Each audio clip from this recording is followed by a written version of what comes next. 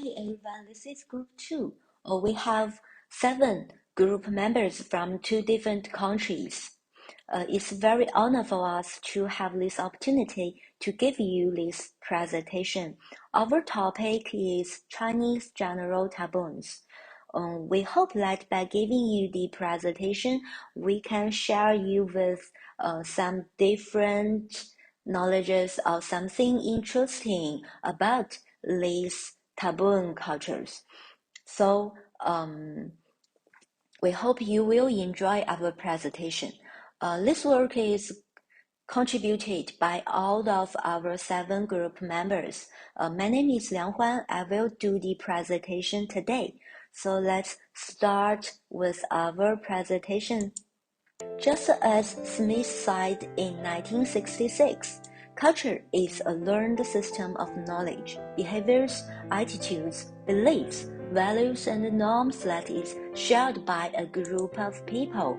So here are 3 different pictures about 3 totally different cultures.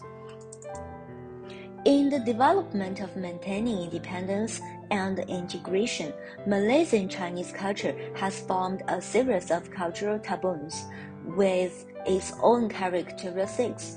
Our group has selected the following Malaysian Chinese culture taboos as the analysis and research objects.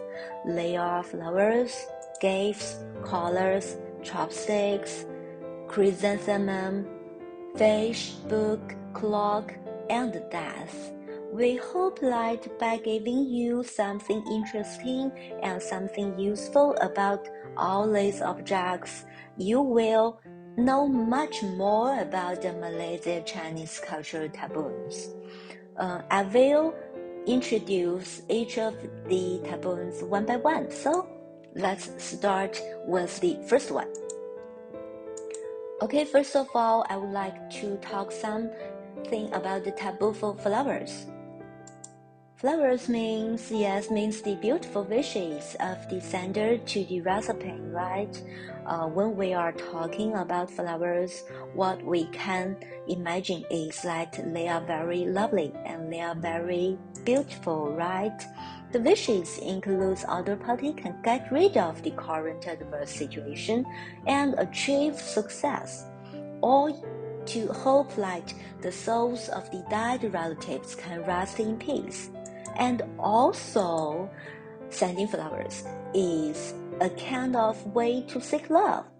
For example, if a man falls in love with a woman, maybe he will buy her a rose, right, to express his love for her. Therefore, flowers are generally not favorable gifts as they are typically given to the sick or at the funeral ceremonies, because when you are attending a funeral ceremony, you may buy a flower as a gift, but not all the occasions you can buy the flowers, right? And also do not send flowers to others who have no special relationship, such as lovers, on ordinary days, because it will cause misunderstanding. It's very important. For example, if you buy one of your common friends a rose, maybe the girl will think like, oh, what's wrong with he? What's wrong with him? Does he love me? Oh, one thing else. So it's a kind of misunderstanding, right? So please remember. And as we all know, there are a lot of kinds of flowers in the world. Today, we would like to choose one flower as an example. Is chrysanthemum. Yes, we all know the winter chrysanthemum means parting, and white chrysanthemum means mourning. These 2 kind of flowers. So please to remember, if you are invited to a Chinese home, do not buy this kind of flower as a gift because it is related with funeral.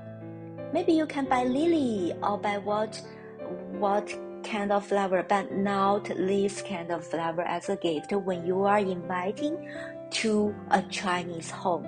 Okay? Okay, and let's move to the second one. We would like to talk the taboo for colors. Here we will talk two colors. The first one is red, and we all know red is a very good color which can represent warmth, enthusiasm, festivity, and auspiciousness, right? Well, the other color is white. This kind of color is a dry, bloodless, and lifeless expression, symbolizing death and bad omen. Therefore, do not wear red clothes to the funeral ceremony, and do not wear white clothes when it is a good day. Avoid of wrapping gifts in black, white, and blue. These colors are not typically associated with mourning. However, the color about red, pink, and yellow are associated with happiness, which are good color choices for gift wrap. So remember, if you are preparing a gift and you want to wrap this gift, please remember to choose the colors just like red, pink, and yellow, and to be avoid of choosing the colors just like blue, black, and white, because they are not very good colors. Okay, so let's move to the next one. The third one is the taboo for choosing gifts. Here, we want to talk 3 examples that we usually will not choose as gifts. And we hope that you will feel they are interesting, because it is very interesting for these 3 examples we think. So the first one, let's see. The first one is pear, right? Pear in Mandarin is pronounced as li, which means separate in Chinese.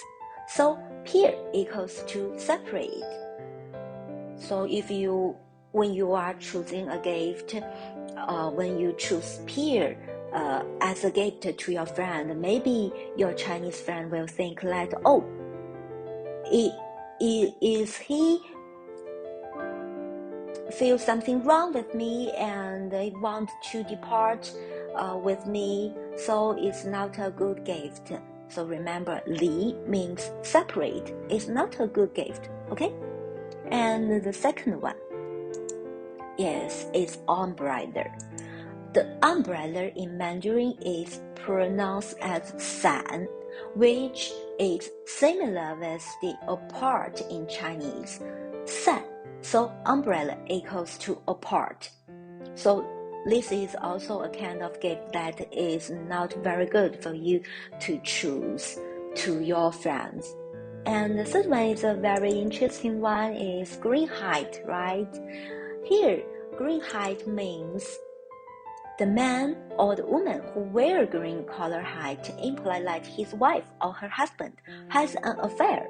It's very interesting, huh? If you want to know much more about this, maybe you can Google it. There is a history story about the green color hat. It's very interesting. So if you are interested in it, you can Google by yourself, okay?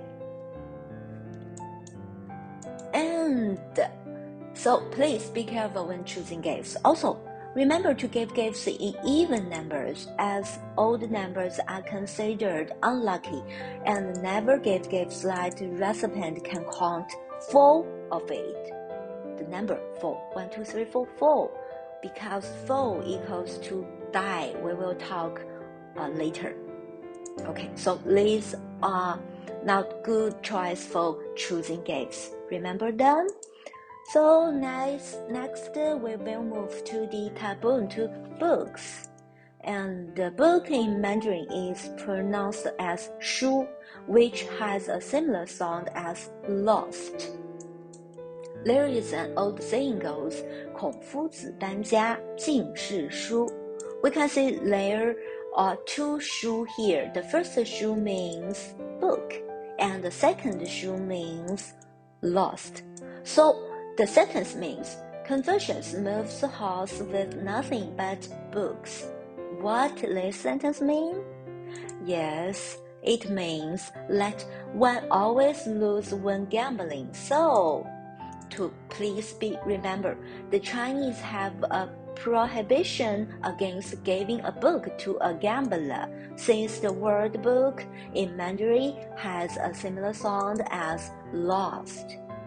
So, if your friend is a gambler, please do not buy a book for he or for her.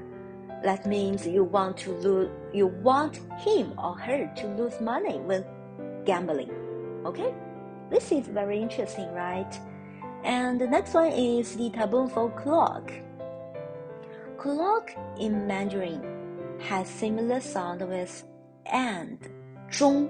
In Mandarin, we call clock 钟, and so 钟 in Chinese means and therefore literally means the end of life. Also, the sound giving a clock, which in Chinese in Mandarin is 送钟, is phonologically linked to go to the hell. Therefore, never buy a clock for your Chinese friend on his or her birthday. They will think that you want them to go to the hell or other else bad things.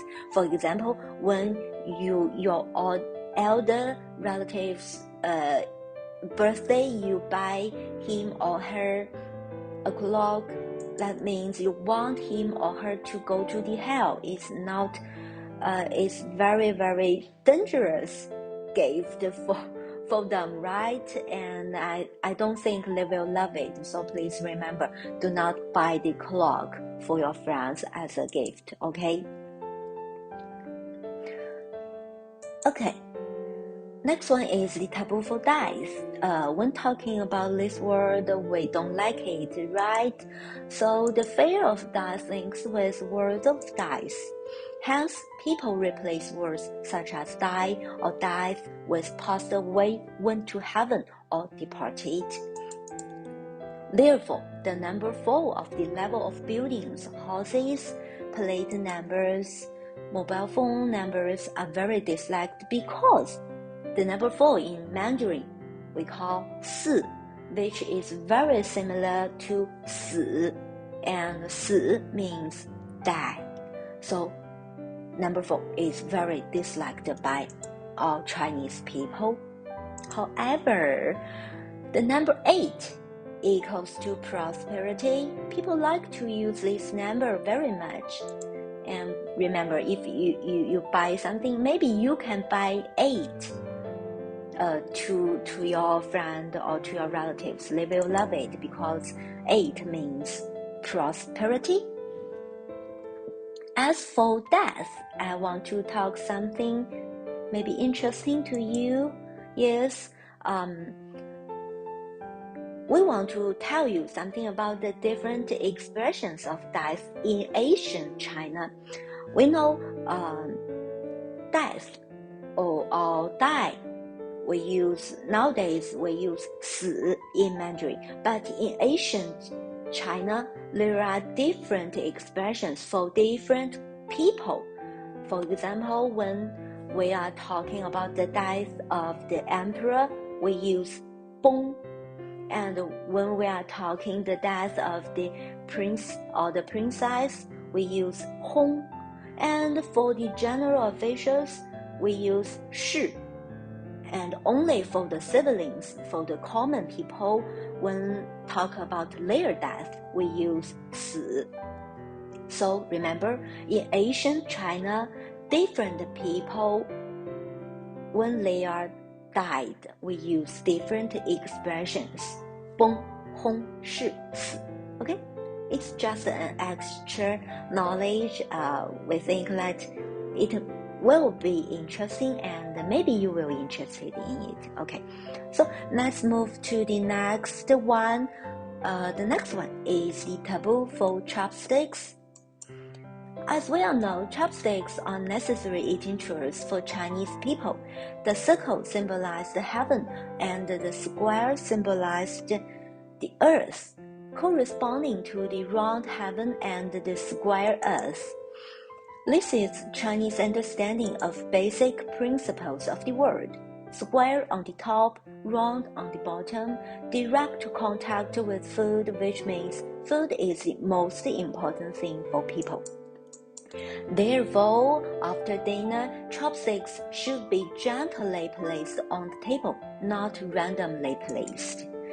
Because you need to remember, do not stick chopsticks in the food. The ancient custom believed that only in the sacrifice of ancestors to do so.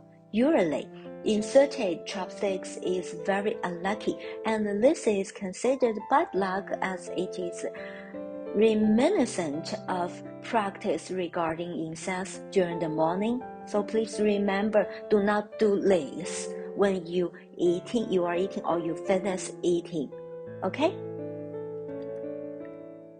Yes, this is forbidden. And the next one, I think we would like to talk something about the taboo for eating fish. Fish is eaten on New Year's Eve for good luck. Chinese people think New Year's Eve dinner is very exquisite and fish must be appeared on the dinner because the fish in Chinese, 鱼, shares the same sound with the word extra or leftover. There is a New Year phrase that says 年年有余, which means there are some fish left over from the previous year and in subsequent year. 余 means left over, okay? Therefore, the Chinese will usually keep a little left over from the reunion dinner as a symbolic gesture. And please remember not eating up the whole fish in the reunion dinner on New Year's Eve. It will be not good because you need to left something and to have a good luck in the following years. Okay, so it's forbidden to eat up all the fish in the New Year Eve dinner. Okay, that's all for all the topics.